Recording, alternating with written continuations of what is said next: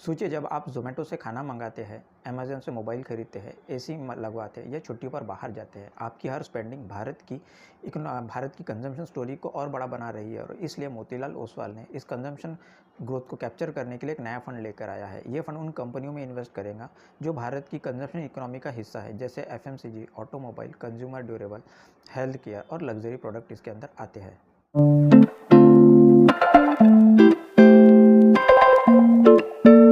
भारत की जीडीपी का 61% हिस्सा सिर्फ कंजम्पशन से आता है। मतलब हम जो खाते हैं, पहनते हैं, घूमते हैं, ऑनलाइन शॉपिंग करते हैं, वो हमारी इकोनॉमी को और बढ़ाता है। जैसे 2007 में चीन था, वैसे आज भारत है। अगले 10 सालों में भारत का मिडिल क्लास और प्रीमियम क्लास की जो खर्च करने की जो क्षमता है वो डबल होने वाली है।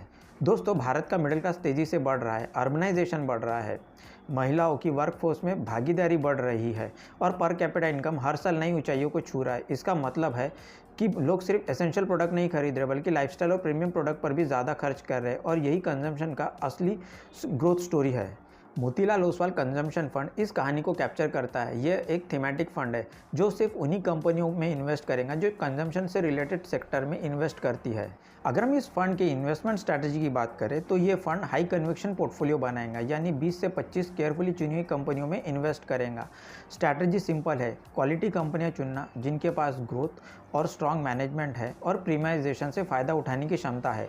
FMCG, digital retail, health care, auto, travel और लग्जरी कंजम्पशन इस फंड के कोर फोकस सेक्टर होंगे। समझेंगे इस फंड के रिस्क और अपॉर्चुनिटीज़ को। तो पहले हम बात करेंगे अपॉर्चुनिटीज़ की। जीएसटी और डिजिटल एडॉप्टेशन से जो ऑर्गेनाइज रिटेल है वो और भी स्ट्रांग हुआ है। यूपीआई, क्रेडिट कार्ड और ईएमआई ने स्पेंडिंग को आसान कर दिया है। लेकिन ध्यान रहे, ये एक थीमेटिक फंड है, डाइवर्सिफाइड नहीं है। अगर इकोनॉमी स्लो हुई या लोगों की डिस्क्रिशनरी स्पेंडिंग कम हुई तो रिटर्न के ऊपर सीधा असर देखने को मिलेगा। साथ ही कंजम्पशन फंड्स जो कंजम्पशन कंपनीज ऑलरेडी महंगे वैल्यूएशन पर ट्रेड करती है, इसलिए रिस्क भी हाई है। रिस्कोमीटर पर यह fund very high risk category में आता है। तो अब सवाल ये है कि इस फंड में कौन इन्वेस्ट कर सकता है। अगर आप लॉन्ग टर्म हॉरिजन रखते हैं और आपको भारत की कंजम्पशन स्टोरी के ऊपर भरोसा है तो ये फंड आपके पोर्टफोलियो में थीमेटिक एक्सपोजर दे सकता है। लेकिन अगर आप एक कंजर्वेटिव इन्वेस्टर है तो ये फंड आपके लिए नहीं है। सीधे शब्दों में कहें तो मोतीलाल ओसवाल कंजम्पशन फंड उन कंपनियों में इन्वेस्ट करने का मौका देता है जिनके प्रोडक्ट और सर्विसेज आप डेली यूज़ करते हैं।